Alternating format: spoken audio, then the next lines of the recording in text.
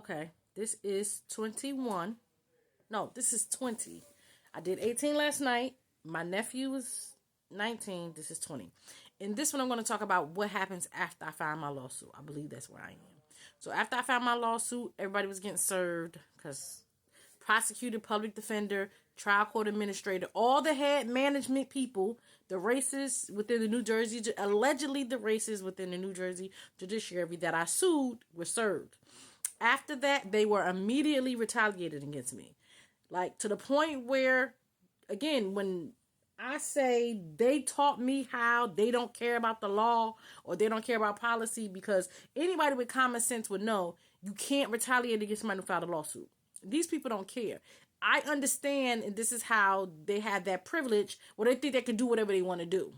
So what they did by retaliating against me only made my case better.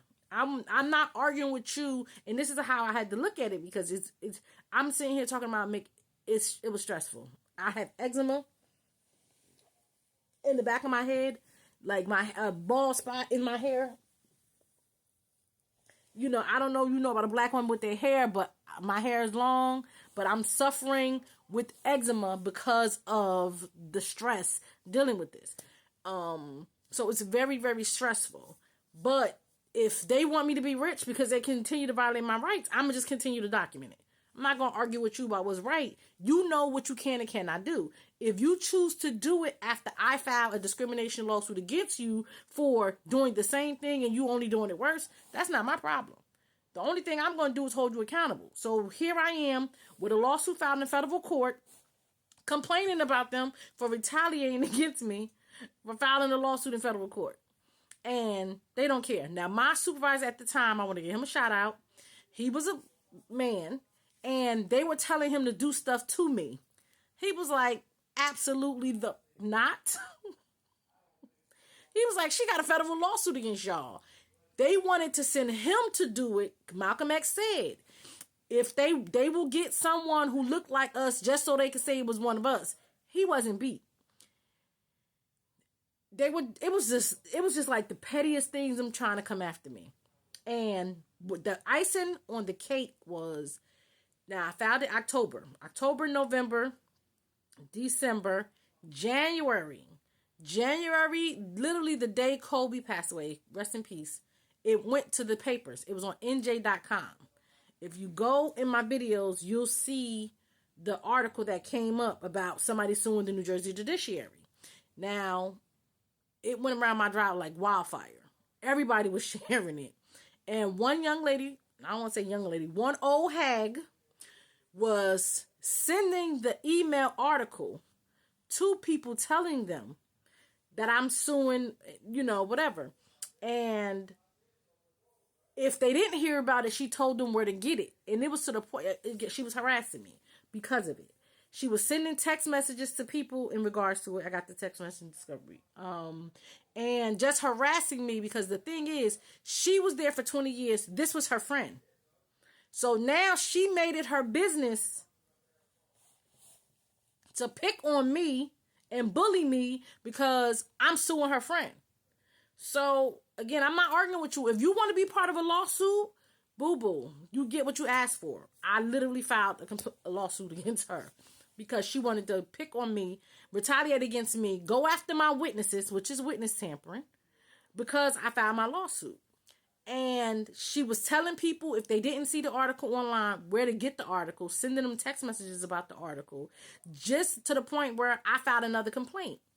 But the icing that took the cake was that she was going around looking for a fax. And she was going around the office asking everybody what a fax was. And she asked me, and I told her, I don't know, I just got back from the jail doing interviews. That wasn't good enough for her, because, and when I said it, I was walking away because I had to go to the bathroom. So she was like chasing me around the office to try to get me to know if I knew about her fax or whatever. And I was like, I'm not telling you more than one time. I said what I said to you. I'm not saying it again. Because what they would try to do is, as a woman, if you speak to them with an attitude, mean, rude, or aggressive, they'll try to say that you're being aggressive with them. They'll try to say that you're doing this. I'm not the one. I would just ignore you. I would answer your question one time, but you're not gonna like keep asking me to. It's a form of harassment. You continually asking me the same question over and over again, and you want me to get a react. See, this is the reactionary. Once you get a reaction out of me, I'm aggressive. I'm this. I'm that.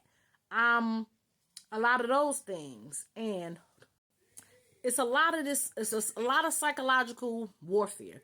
A lot of things they do to people to try to get under people's skin. But I'm the type of person, I know what you're doing. And I believe that God has once you know the answer to the test, you can't fail the test. Me failing the test would get into an argument with her. Now they're charging me with being disruptive or having some more departmental charges on me because I'm suing. So I know what the test was, so I can't fail. Like, I already, listen, you can't teach an old dog new tricks. I know what's happening. So I know what she was trying to do to me, and I didn't pay attention to it. She went to the woman, she's the criminal division manager in Middlesex County right now as we speak. She's in charge of the entire division. She went to her and demanded that I be brought up with departmental charges because I did not answer her question. So literally after I filed my lawsuit, this was January. Now it's January, February. I was investigated for 2 months for not answering a question and answering a question too fast. And at this time, again, they were bullying and harassing me mad I filed my lawsuit. So my supervisor went to the EEO office in the county and said, my supervisor went to the EEO and said that they were picking on me or doing whatever, and he felt uncomfortable. That they knew I had the lawsuit, and he felt like they was targeting me because of my lawsuit. So that's what he did, and he wrote a statement asking for a complaint or something to that nature to try to bring attention to what was happening because he saw how I was being treated after my lawsuit was filed. They didn't care. They wanted to do whatever they wanted to do to me because they thought they could get away with it. So I was being investigated for answering, as a woman, I was being investigated by the New Jersey Judiciary for approximately 60 days for answering a question too fast. In this time, I got a memo. I even got a memo saying the next time somebody asks me a question and that I need to sit there and wait till they finish the question and all, they want me to yes master, no master, and I'm not the one. So I filed another EEO complaint against them for bullying and harassing me once my lawsuit was filed.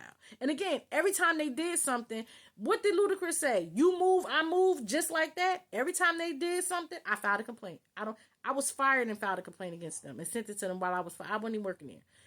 It don't matter. If you do something to violate my rights, I'm going to hold you accountable for it. So that was February, March. At the same time, they was denying me my FMLA. Now, I had FMLA due to workplace harassment. And I had it. I don't even know where I left off at. But after I filed my lawsuit, October 2019, November, December, January and February of 2020, I was being investigated for answering a question too fast. And then COVID happened. At the same time, I was being denied my FMLA. I'm going to get into that into the next video because there's a minute and something left. And I talk fast, but I want to get this out. So I'll be recording 21. Thank you.